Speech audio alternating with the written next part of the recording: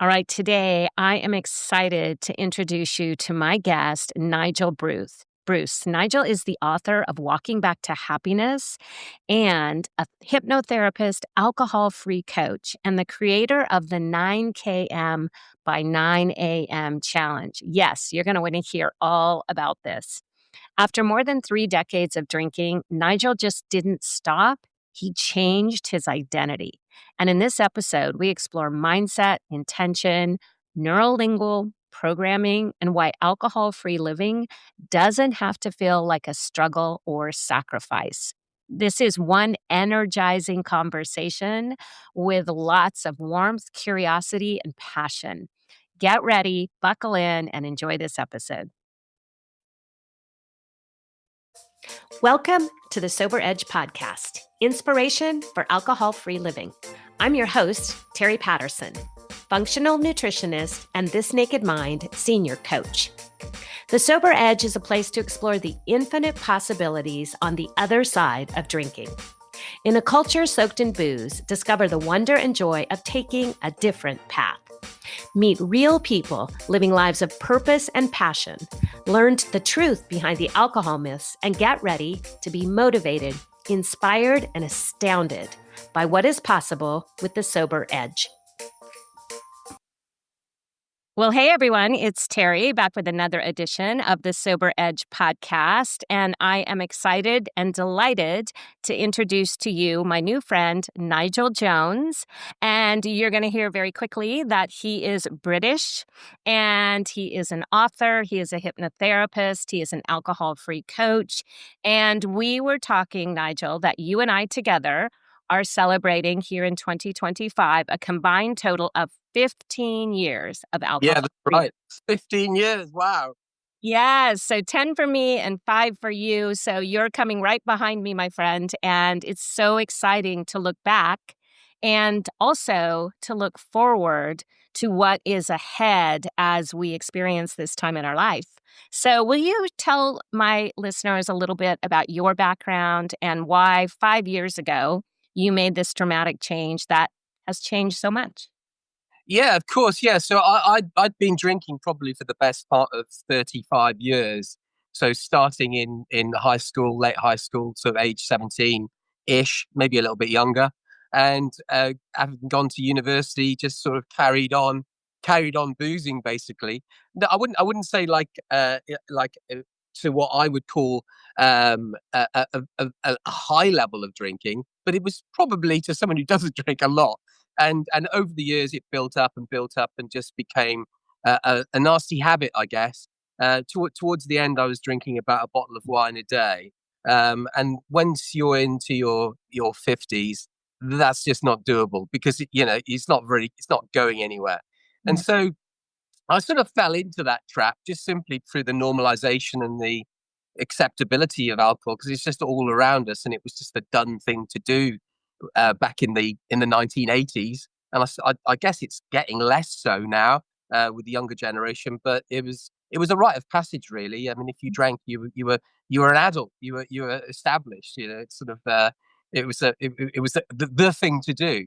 So yeah, I ended up drinking for the best part of 35 years, and one day, which was actually December the 8th in 2020, which is in a few days' time, so I'll be celebrating 5 years sober. I just said, all right, I'm done. I've had enough. And that was the day I did it. And I've never looked back, absolutely never looked back. And I'll never drink again. I love that story because it's so similar to my story. I had been thinking about not drinking for a long time, but I hadn't really done anything formal. I was convinced I would be miserable, have no friends, life would be boring, and I didn't really want to sign up for that.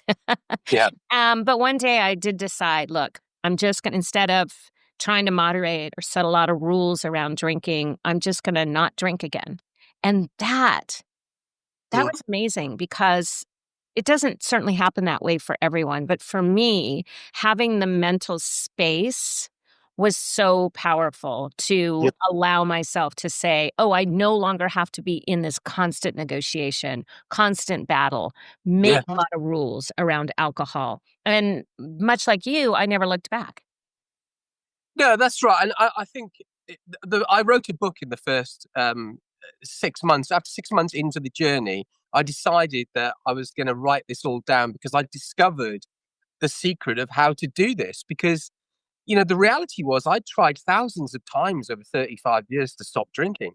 And they were normally lots of day ones where I got over a day. I was in day two and thought, actually, I feel really good. I might have a drink. And so that just kept on a cycle going round and round and round like some sort of hamster wheel. And I think the longest I went in the 35 years without a drink was 6 days. And I'm not proud of that, but it's like crazy when you look back on it. And what changed for me was literally, or the thing that made it different was, and is really the secret to alcohol free living, is I changed my identity. And that's all I did. And you can change your identity like that in a click of a finger. And so on December the 8th, I woke up and I said, right, what I'm going to do this time, which is different, is I'm actually a non-drinker trying to be a non-drinker. I'm not a drinker trying to be a non-drinker, because that's a big, big difference. It's like, I always like bringing this metaphor of like the mountain. In the old days, the reason why I failed was because I was looking up at this huge mountain. It was like the size of Everest. And on the top of it was a flag saying alcohol freedom. And I was at the bottom looking up thinking, oh, I'm day one. I've got to get there. And, I just created the problem for myself. I just created this huge limiting belief that I had to get to this place called alcohol free living, when actually I didn't realize, or I hadn't realized in the past, that it was already there. The minute you change your mind and you change your mindset and your identity, you are alcohol free living. And so, therefore, day one this time was on top of the mountain. So I didn't have to climb up, I just put myself there. And I decided that I would acquire immediately the values and the beliefs of someone who was a non drinker. And that was the bit that was sort of, the battle. It was fighting that old me and just getting the new me to actually take over. But literally, that was the secret, and that's how you do it quickly. Well, that's how I did it quickly, anyway.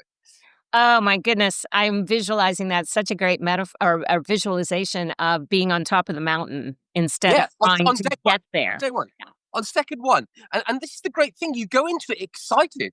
It's like, wow, I'm at the start of this road, which is the rest of my life, and I am alcohol free. And wow, I'm reborn again. And it's like, what are the values of someone who doesn't drink? Well, they get up early and they go for a walk. They eat healthy food. So this is what I'm going to do. And I just told myself that. I looked in a mirror and told myself, you're going for a walk every morning. You're healthy. You are going to do this. You are doing it. And, if you say it enough, it becomes true, because what you think becomes your reality.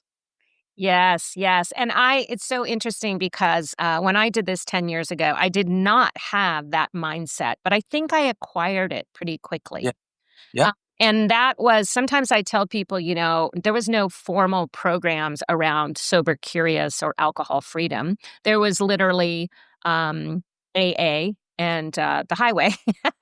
And I Yes. chose my own highway. I went in my own path. And it wasn't any knock against AA, but I frankly was afraid of creating that hypervigilance. Yeah. I would have to continue thinking about drinking for the rest of my life. And what I wanted to do was not think about Yeah. drinking anymore. And so I quickly stumbled upon, is the way I say it, some ideas that worked very well. And Yeah. one of the things I said very quickly, Nigel, was I used to drink. Yeah. That's good. And that was such a huge identity shift for me. And Yeah. I tell people now, I said, it is like saying I used to be 15. Yeah.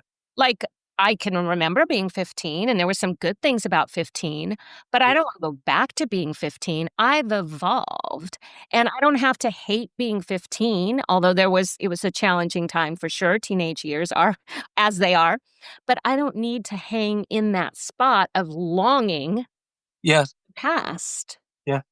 Yeah. Yeah. Yeah.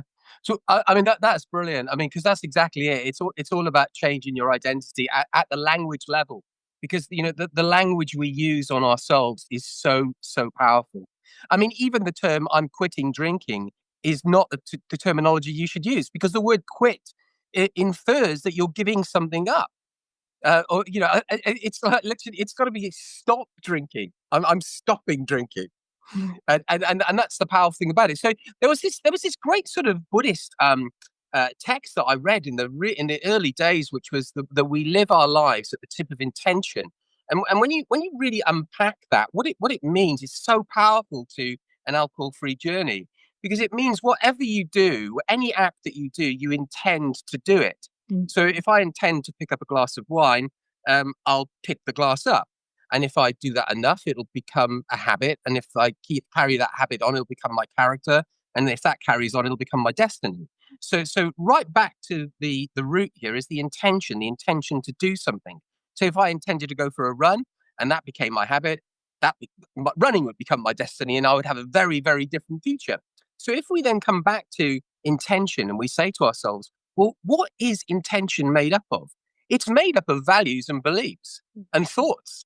And literally, this is where identity lies, because our main beliefs form our identity. So if you can change the belief, you can change your destiny.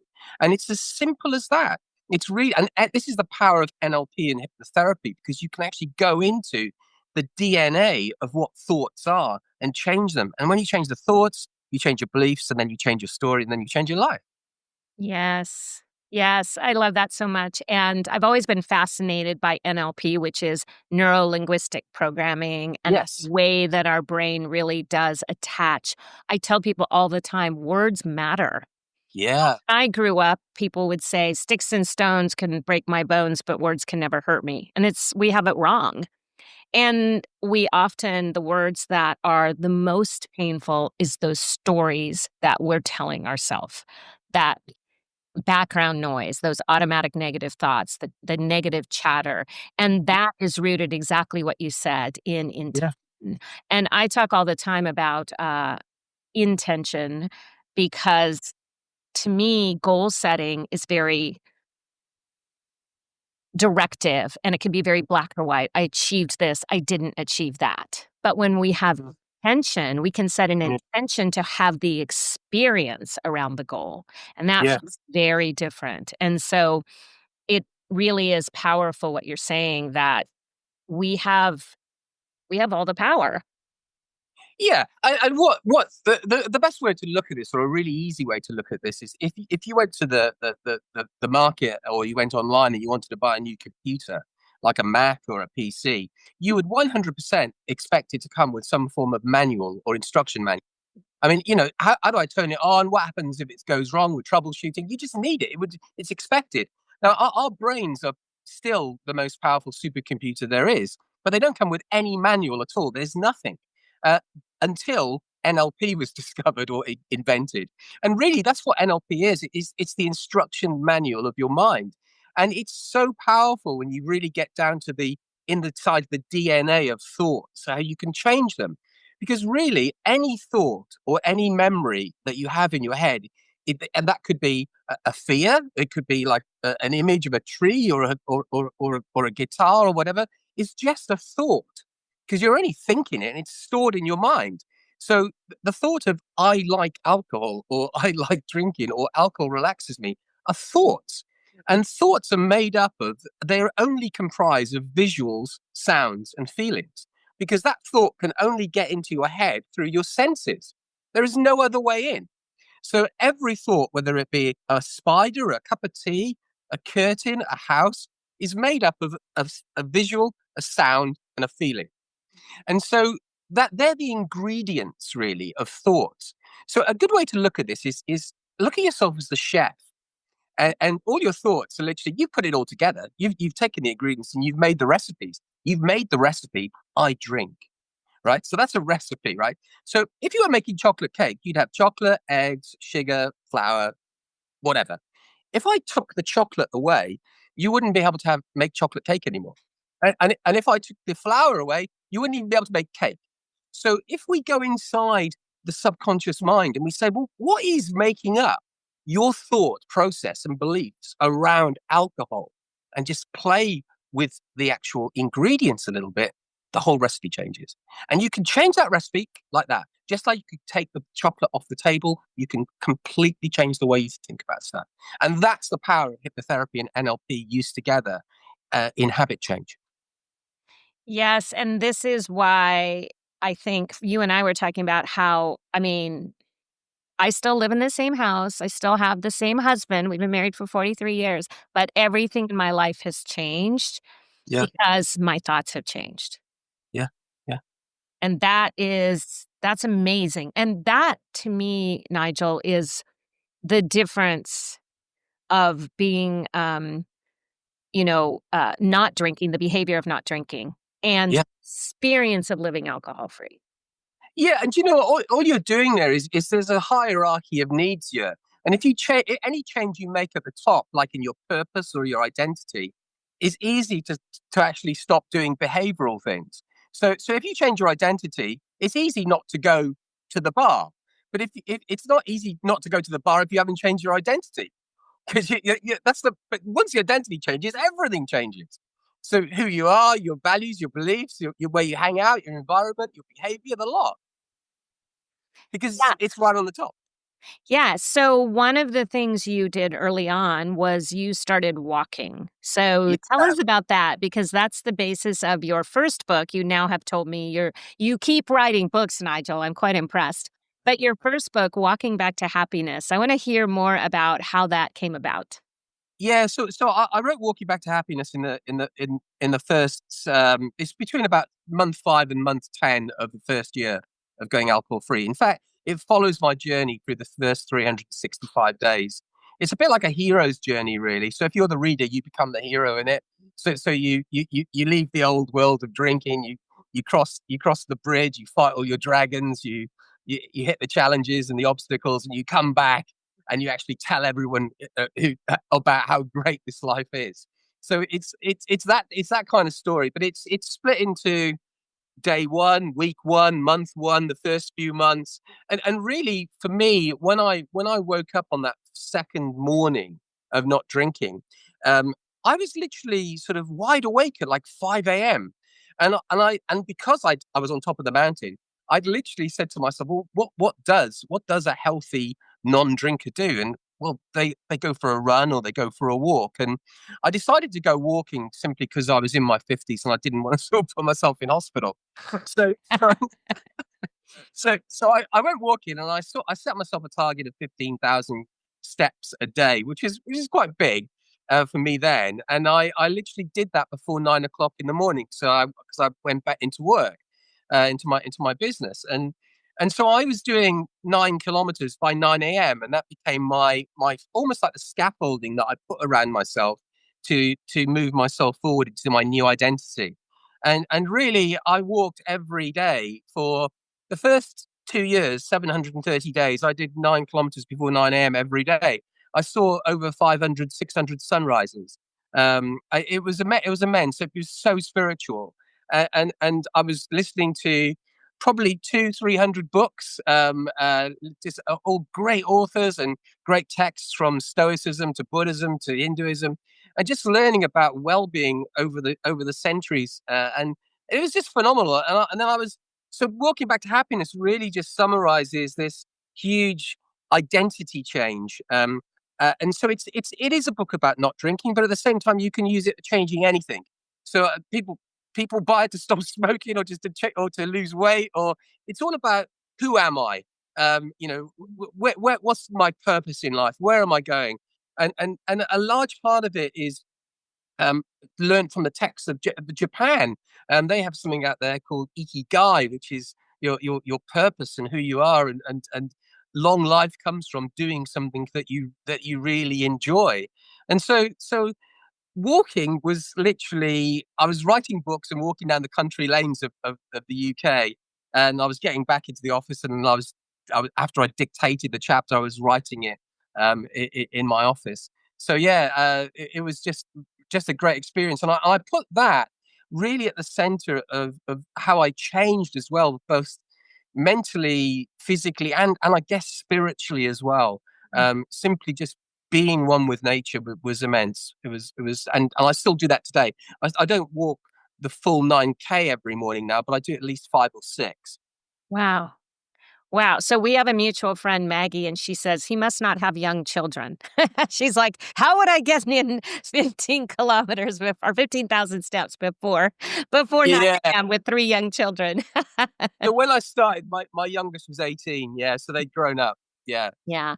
But you know what I get excited about is this idea of the hero's journey, because I've shared that framework as well and I've presented and spoken on your hero's journey and how you get to evolve. And that is the human experience.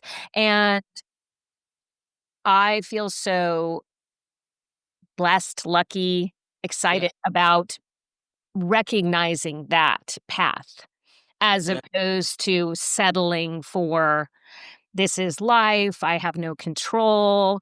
There's a lot of blame that can happen and a lot mm, of guilt that we can carry into this transformation. And I think that that is a powerful part of the change that we need to do with our identity. Am I someone who lives in the past? Am I someone who feels powerless? Am I someone who blames circumstances? yeah, And that, for me, you started walking. I started and wrote a book. I went to nutrition school about 3 months after I stopped drinking because I was like, I've got this huge brain, all this energy. What am I going to do? I'm no longer wasting time. I feel excited about learning. I want to do something different. I want to follow a passion and see. And that was really key for me because I did that nutrition certification. And then I was a health coach for a while, still working at the public schools. And then I learned about Annie Grace, and I was in that first class of alcohol-free coaches, and that felt like that next place in my hero's journey. It's like, "Okay, here I am, now I'm at the top again. I get to go back through this yeah, journey of understanding change and facing the hard parts of being an entrepreneur and putting myself out there in the world, taking risks and growing from those places." Slaying yeah, dragons, if you will. yeah, completely, completely. Yeah. Yeah, And so it might be walking, it might be nutrition school, it might be coaching, but what you're really talking about here, Nigel, is that holistic experience of yes, becoming a new person. And it doesn't just happen with our thoughts, and it doesn't just happen with our actions, and it doesn't just happen um, through thinking positive thoughts, but it is this combination of the yeah, spiritual change, the identity change, the feedback we get from the actions that we take. I mean, yeah. it's all so beautifully connected. Yeah, and learning the tools of hypnotherapy and NLP are really powerful as well. So when I was writing the book, I wasn't qualified in NLP or hypnotherapy at that time, but I Mhm. was reading all this stuff and I was taking it in. And one of the first things I read, or what in the early days, was this thing called the RAS, or the RAS, or it actually stands for the rhetorical activating system, and it's such a powerful thing because it operates behind the scenes. It keeps us, the fact that we're talking now, our hearts are beating, we're breathing in, we're breathing out.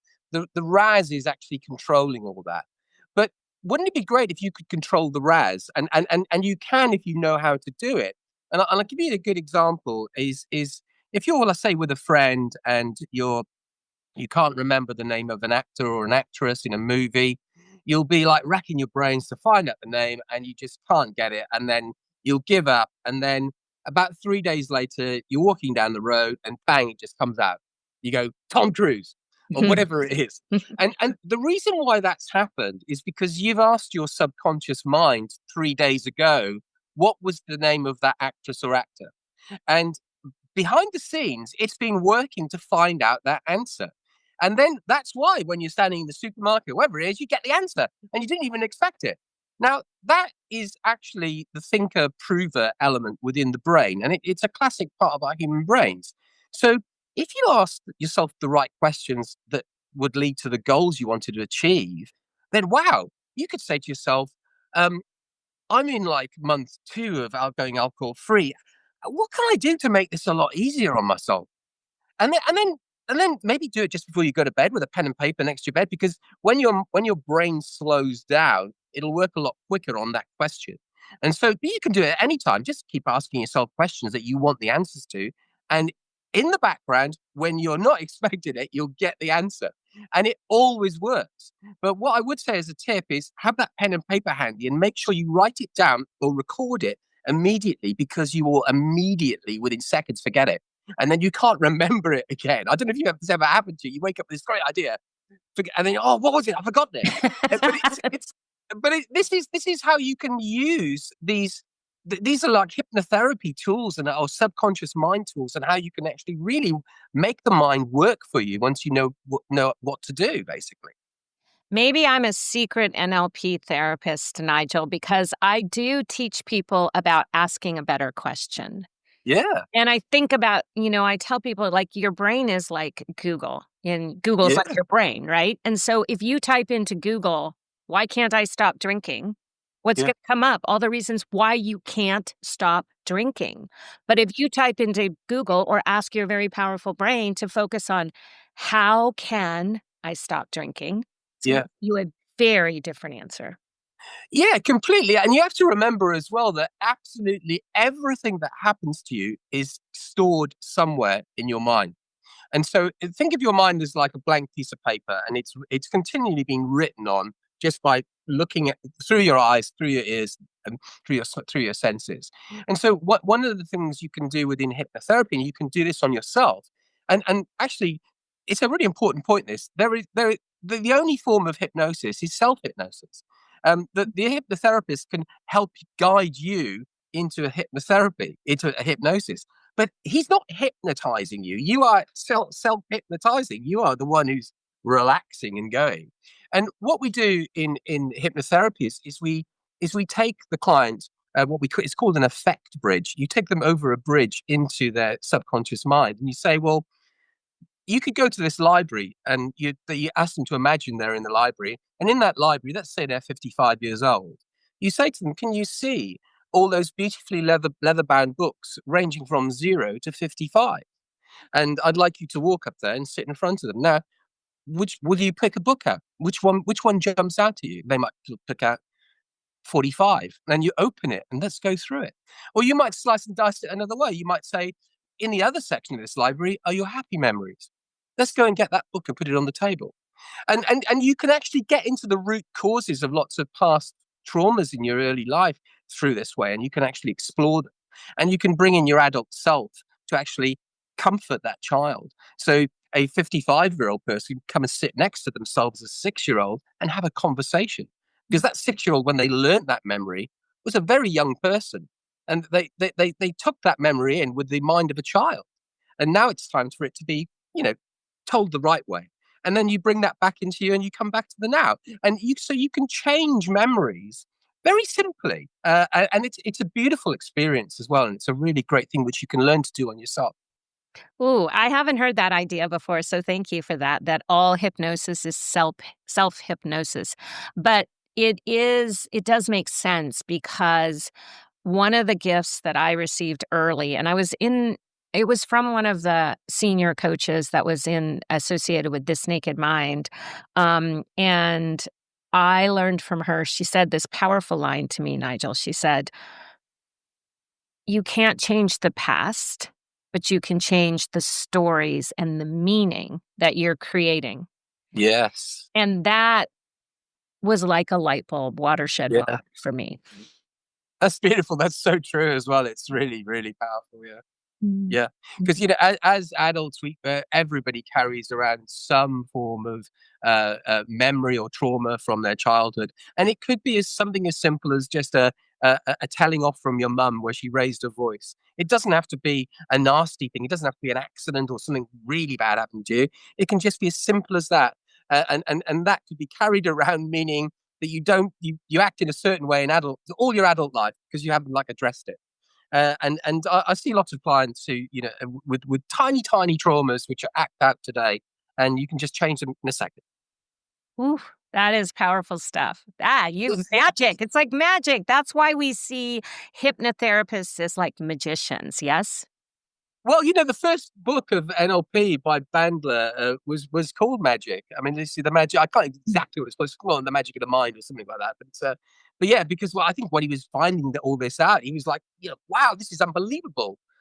This is how you can control your mind. And I always say that, with the clients, I always say, look, I try to explain NLP to them on very, very simple terms. Like, it feels like magic, but it's not. We're just looking like how your mind works. And I always say that you're the puppeteer of your own life. You pull the strings, and if you want to dance over there on that stage, then let's go over there. And if you want to come over on this one, let's go over there. And so you write the rules. You write your future by thinking and doing it. Yeah. And that the doing is such an important part because I think when I work with so many people that are afraid to take action, they're Yeah, stuck in motion. They're planning what they're going to do or they're thinking about the consequences of what they might do. And I always have to remind people all of that is in the future. What we have to do is come here in the present moment and actually take action and get feedback. yeah. Look, I've done quite a bit of training with Tony Robbins, and to be perfectly blunt, that is just so spot on. I mean, you can have all the knowledge in the world if you do nothing about it, it's just worthless. And I think it's all about massive action. And there's this lovely line which is, um, "Discipline weighs ounces, regret weighs tons," and it's so true that if you don't get the discipline to do it, pick the phone up, make the first call, send the first email, book yourself on the course, make that phone call, then it's not going to happen. You've got to do it. And that is literally, again, part of the secret to alcohol-free living is, yeah, you can have all the thoughts, but get up and do it. And you'll be surprised that once that first domino falls over, it'll knock another one and another one and another one, and the world will become your oyster and you can do whatever you want. Yes, yes. That makes me so excited because it's true. When we try to tell people from the other side, because I just can remember, and partly because I work with people who are in their day 1 through 90, every day I work with clients. And so I have a lot of hours of listening to people and hearing those limiting beliefs and Yeah, recognizing the places where they're allowing worry. And, the thing about worry that I've learned, it's very seductive. It feels yeah, like action. It's yeah, like planning for all the bad things to happen. Therefore, I'll be prepared. yeah, That is so seductive. And anytime we're caught in that worry, we're only in motion. And so we have to remind ourselves, like, oh, I can only take action here. So I got yeah. out of the future. So what I say on this is, like, worry or anxiety. Anxiety is a fear of something that's not yet happened. That's the definition. So just look at it that way. It's a fear of something that's not yet happened. So how do you break that equation? Well, you make it happen. And once it's happened, you can't be scared of it anymore because anxiety is a fear of something that's not yet happened. So in NLP, you can take someone to the future. You can take them to that presentation they're fearing about making. You could take them to that product launch they're involved in, or you could take them to that day 30 of alcohol freedom, and you get them to visualize what they look like there, who they're with, what are they saying, what do they look like, what are they wearing, and get them to go into that body of the person who's 60, 90, 120 days alcohol free and live it. What do you feel like? What does it taste like? What's happening there? Who are you with? And that becomes a memory because, as we said earlier on in the conversation, every thought is just a visual, an audio, and a feeling. So if you can create what it's like, visualization, manifestation of what's happening out there, then all of a sudden you've been there, you've done it, and you can't be scared of something that's already happened. And therefore the anxiety goes. If you're looking in the mirror every morning and you're looking at that 120-day person on day one, and you do that every day, it'll soon become a doddle. Wow. Yeah. And this is why we say things in our culture like, don't believe everything you think, or we talk about manifestation, but we don't break down like you're doing here, Nigel. So we actually understand that this is the way our brain is wired. And, Yeah, I learned from the training I did with Annie Grace, both in This Naked Mind and through, she has a course on affective liminal psychology, but really thinking about how our brain is a prediction-making machine and a meaning-making Yes. machine, and we make prediction errors all the time. Yeah. And so when we understand exactly what you're talking about is that we can use our senses to create our reality. This, and thoughts are things. And Yeah. yeah, Look, there we the have it. great the great thing about this is very simply it's proven that there are something like the brain is trying to deal with over 120 million bits of information every second, but your brain can only remember or deal with about 120. There's 120 versus 12 million or something. I think it's 12 million bits of information are coming in, but it can only manage 120. So it's like 0.001%. And what happens is it generalizes, it deletes, and it distorts. And that's the basis of like the N part of NLP, which is the map is not the territory. So when you actually look at something in the world, like let's say it's a bottle of wine. So if we put a bottle of wine in the middle of us and I was a drinker and you're not, my map would say, that looks really tasty. I really fancy a glass of that. And your map would say, oh, God, I don't drink wine. It's disgusting. It gives me hangovers. The wine's not changed. It's still the same bottle of wine. The only thing that's different is your map says it's great, it's horrible, and mine says it's great. So what do? We change the map. And that's literally how you change your identity as well. It's all in that map. So we're coming right back to the basis of this. We know what the ingredients are. We know they're in the map. Once the client or the person who's stopping drinking understands this, it's so much easier to do because you think, yeah, I've got to just change my map. I'm looking at it wrong. If someone's scared of a spider, and someone's not, the spider's still the same. It hasn't changed. It's the same spider, but why am I scared of it and you're not? It's because you've got a different map of the spider. You've got a code that might say grey and sort of brown and coming towards me and loud and screechy, and my map might be, oh, it's just a little bit of fluff. And therefore, if you can change that grey and brown coming towards me to a little bit of fluff, they don't have the problem with the spider anymore. And that's really how you deal with phobias. You change the ingredients.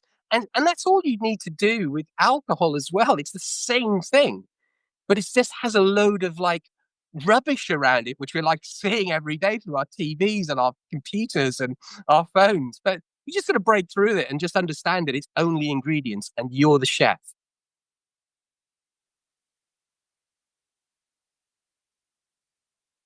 I've lost you there. Sorry, I had background noise. One of the most powerful things, Nigel, that I learned early on is that alcohol is only toxic when we ingest it. So it's like, look at that. It's an innocuous substance until I drink it. Yeah. And that's exactly what you're saying is so alcohol is neutral. It's neither here nor there. It's just there in a bottle. It has no impact Yeah. until I drink it. And that's where we get all the change that's possible from that. Yeah, and then that comes back to the Buddhist thing of the intention. If you have the intention to drink it, then that's when it starts. So it's all about values and beliefs and thoughts. Because at the end of the day, it's just a bottle of booze. When you were born, you had no memories. You had no beliefs. And beliefs, let's define them. They are assumptions that you hold to be true. That's all a belief is. So it's not true. It's just an assumption that you hold to be true. So therefore, every belief is learned, and because of that, it can be unlearned. And that's the power of all this. You can just wipe it clean, and start again. Just like if you had a mobile phone with an app on it that you didn't like, what would you do? Delete. Right? And that's exactly the same with alcohol, cigarettes, vaping, anything. You just go bang, and it's gone. If you believe it's gone. Yeah, that's it blows your mind, but in such a good way because we as a society and culture, we have this like common think. We believe what other people believe and we adapt beliefs from other people and we can get stuck in those places and we get a very myopic view of the world. We're looking at Yeah. the world always through our own experiences, Our thoughts, own map. beliefs. Yes. Yeah, your own map. And even just that zooming out or that perspective shift. And this is why coaching is so powerful, right? Yeah. Because we help people see a different map. Brilliant. That's exactly it. Yeah, exactly. You've got it. I'm so excited. It's so fun. But you know what? Having these tools, it just makes you. It gives you the extra 4 or 5 or even 10% more than someone who doesn't have them, and so therefore you have strength. It builds up self-esteem. It gives you power that you know that you are the master of your own destiny. I mean, wow, this is something we all should have the access to. I think NLP should be taught in school from age 6. You Yeah. know, it's like basic, really, the instruction manual of your mind. And no one tells you all this. You go through your whole life like thinking, "Oh God, wouldn't it have been great when I was younger to learn? Oh, I'd ask myself the right questions and I'll get the answers." What? How long would that take to teach someone? It's like simple, but it's so. A lot of what I've been or I will be doing is literally promoting NLP into schools. That's one of That's my next so plans. exciting. Yeah. Oh, brilliant. Good for you. Good for you. Yes. Yeah. And you're on top of the mountain, Oh yeah. Never left her. walking forward. I love it. Yeah. Yeah, Uh, the mountain goes down a bit and it goes up a bit, but I'm on the plateau. I'm up there. well, and what's so cool about being on top of the mountain is we have that beautiful vista of seeing the other mountains we want to explore. Yes, yes, yeah, that's it. And it completely, yeah, and it's an endless journey up there, and above you, you've got the skies as well. There's no reason why you can't, believe you're an eagle and go for a flight. There you go. There you go. Well, people are doing it. They just put on a little adaptive suits and they do it. They fly. Yeah, exactly, Yeah. exactly. Yeah. Yeah. Well, gosh, this has been such a rich conversation. I get all fired up because this is the stuff I love to talk about, but it's also so valuable because for people to understand who feel stuck in that cycle of, like you said, 6 days and then drink again and then drink for a Yeah, long time and then take another couple days off and then drink again. We're making alcohol this mountain, like you said. I think that is one of the most beautiful ways to think about I'm at the bottom and I've got to climb this huge mountain. And the reality is we don't. no, you're there. The minute you say I'm not drinking anymore, you're on top of the mountain. The minute you start making it hard for yourself, is you're walking back down it. Yeah, R- and people get stuck all the time saying, "Well, don't save forever," and I'm like, "Why not?" Like Yeah, that changed everything for me. yeah, yeah, yeah. It is an old saying, but you've only got today, and literally the days get easier. And literally, by the time you get to, I mean, for me, I think I broke the back of it completely in about sort of 30 to 40 days, when the sound of the old voice went away. So Mhm. I said to myself for years, and I say with my clients as well, is imagine there are two wolves in your head, and the old wolf is the old you, and the new wolf is the new you, is the non-drinking you.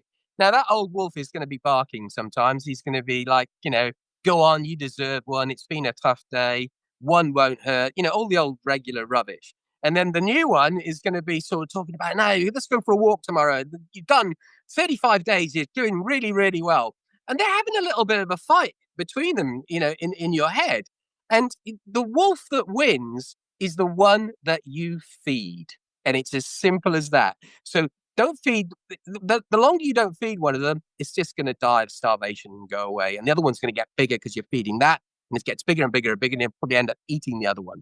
So that's a really, really, I always thought that was a great metaphor, because and the other thing to do is only take advice from the new wolf, because he's going to give you, or she's going to give you, the best advice. As soon as you start taking advice from the old wolf, you're back to square one, because that's the old you. Never take advice from them. Always take advice from the new wolf. And that really helps with people with dealing with cravings, because if you know that wolf's coming along, make sure you don't feed him. Mhm. Mhm. Or give it something to drink in this case. Yeah, exactly. Yeah. Well, Nigel, tell people where they can find you and tell us a little bit more about your book. And thank Yeah. you so much for your time today. Yeah. So my book is called Walking Back to Happiness, The Secret to Alcohol-Free Living and Wellbeing. And it's on Amazon, and it's available on Audible as well. So you can get it on Amazon in an audiobook, which I recorded myself in the days before AI. So it is actually my voice, which took about sort of 20 hours to do. So that's Walking Back to Happiness. And then my website is called 9km by 9am. And you can put that into anything: TikTok, Instagram, Facebook, the lot, and I'll come up. And you can get my newsletters through there, and I do like daily videos and stuff. But yeah, 9km by 9am. That's beautiful. I love it. So clever and so powerful. And I love your energy. So if you guys want to connect with Nigel, get a little bit of this powerful energy and change your mind by changing your identity and then change your drinking. It's pretty powerful stuff. So once again, so great to connect with you. Thank you for being here. Yeah, God, it's been great. Really, really cool, Teri. Cheers. I want to thank you for tuning in to the Sober Edge podcast. This is a place for important conversations and a safe place to question everything you thought you knew about drinking. If you're looking for your sober edge, I want to invite you to connect with me at thesobernutritionist.com, where you can grab my free resource, Becoming More, a guide to loving your sober life. And I would be so grateful if you enjoyed this podcast, if you would leave a rating and review, as it will help more people find their sober edge.